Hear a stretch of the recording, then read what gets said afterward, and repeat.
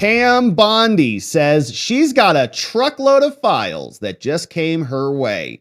Hopefully they're not on her desk this time, but she is reviewing them. She showed up on Fox after we had a ton of reaction to the so-called release of stage 1 of the Epstein documents.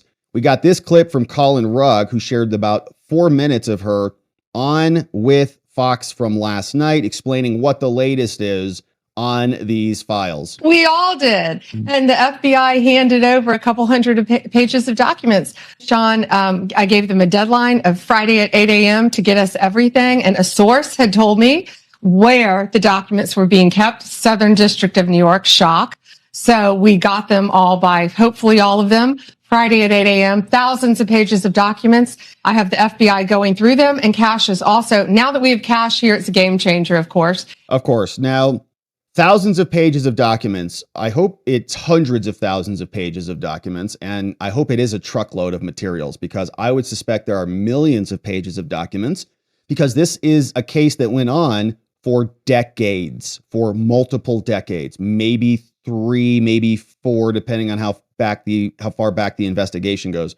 But it is a ton of evidence. He had non-prosecution agreements, and he had cases in multiple states, in multiple jurisdictions. So it's not just the Southern District of New York. That's where his Manhattan little disgusting house was. We saw photos and evidence of that during the GM trial that we covered here at length. And we had many exhibits that were all published as part of the official public record that are already public that came from the trial. So the Southern District of New York, that is just one potential location for this. But Epstein also had a residence in Albuquerque, so they would have been brought in on this. And he was also prosecuted originally in Florida. So they should have gobs of evidence. Okay. And I'm not talking about like the recorded tapes of Epstein, although those should be in there too, because they raided his properties in all of those locations to gobble up that evidence. But the police reports, right? The investigations, just the government generated documents, not the Epstein generated documents, just the government generated investigatory materials should be hundreds of thousands of pages from 4 decades of materials. So all of this is being delivered. It better be hundreds of thousands, not just thousands. Remember, she said originally that this was on her desk. We learned it was like 120 pages. And anybody who says, bring me a file, and gets delivered a little magazine pamphlet called Epstein Daily or whatever, is going to look at that and say something's missing here. So hopefully this has been something that has been corrected, and her ability to communicate what she has received is becoming more accurate. And Kash is going to, Director Patel is going to get us a detailed report as to why the FBI withheld all of those documents. Okay. I want to be clear, because I think people got frustrated because they were expecting more. Yeah. You were expecting more, and you didn't find out less than 24 hours before the release. You got a whistleblower that confirmed that there were way more documents that they were supposed to turn over, and then you found out just before that. Sure. And you're looking at these documents going, these aren't all the Epstein files. And there were flight logs, there were names and victims' names. And we're going, where's the rest of the stuff? Okay, and that's what the FBI had turned over to us. And a source said, whoa, all this evidence is sitting in the Southern District of New York. Yeah. So based on that, I gave them the deadline, Friday at 8, a truckload of evidence. Oh, it's now in the possession of the FBI. Okay, that makes sense to me. A truckload of evidence.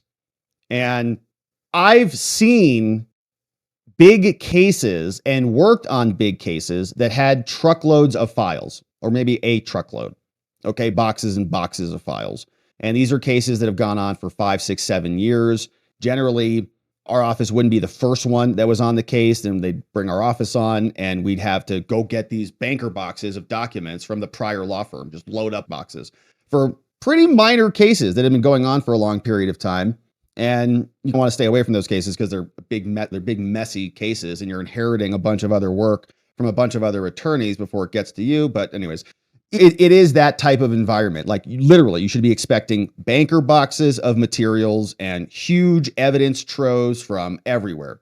So that's what we should expect. And looks like that is coming. That's good. Kash is going to get me and himself really a detailed report as to why all these documents and Okay, now that's great, but we also want the documents, not just a report about why we didn't get the documents originally. evidence had been withheld. And we're going to go through it as fast as we can, but go through it very cautiously to protect all the victims of Epstein, because there are a lot of victims. You had identified in phase one over 200, okay. Are they all victims of Ghislaine Maxwell? That's a lot. I don't think she got charged with 254 victims of abuse. There were 4 of them in Ghislaine's case who came out, 4 women who came out and talked about their involvement in all of this and how they were victimized by Ghislaine. But not 250. So who, yes, I understand we got to protect the victims' identities, totally. But who was trafficking them? Who are they victims of? And are those people included in this analysis for criminal prosecution? Right. Now, is that the only thing that would be redacted? Will everything else be made public that you get in your possession? Yeah, the FBI hasn't had, obviously, they haven't looked at the thousands of pages of documents. Yes, they have. They've looked at it for 40 years. That they've just received Friday. Yeah. But Kash has a team going through them, and it's always about protecting the victim. But you know what? We believe in transparency, and America has the right to know. The Biden administration sat on these documents. No one did anything with them. And why were they sitting in the Southern District of New York? I want a full report on that. Sadly, because Maureen Comey, Pam, was the prosecutor who prosecuted Ghislaine Maxwell. She was the cleanup crew. She came in for the FBI and gobbled it all up. Oh yeah, we'll take this prosecution. We'll prosecute her in this arena. It's a mop up. They went out, they went to Albuquerque, they went to Florida. They got every single file, bundled it all up, put a nice little bow on it, gave it to America in the form of a Ghislaine Maxwell conviction. And then that whole thing just got buried behind the court system, right? In the evidence locker. We never get to see it. So it's all nice and wrapped up. Don't worry, America. 250 different victims.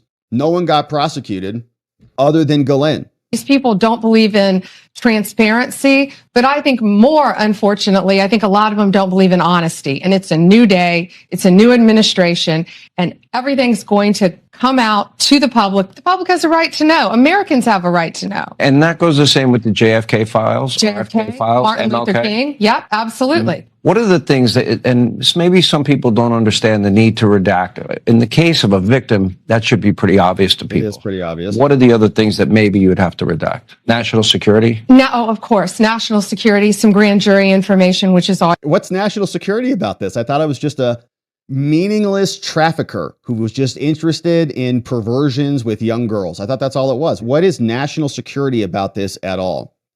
And by the way, you also want, you got to think about, you also, if you're in Epstein's phone book, and I think like Ivanka's in there and other people are in there, or maybe some others, okay, that alone does not make you a co-conspirator of Epstein, right? You got big phone books. We all have relationships. People go bad. And you're like, dang, I had no idea that was going to happen to that dude. Like, it doesn't necessarily make you a co-conspirator of Epstein. And so there are some privacy concerns about this, right? That if your name, what happens if your name gets out there? Are you suddenly an Epstein co-conspirator? Now, based on a lot of, right, what we've seen from Epstein, he had a giant net and a giant profile of people. We've already seen a bunch of names on that black book, on that phone book that was released.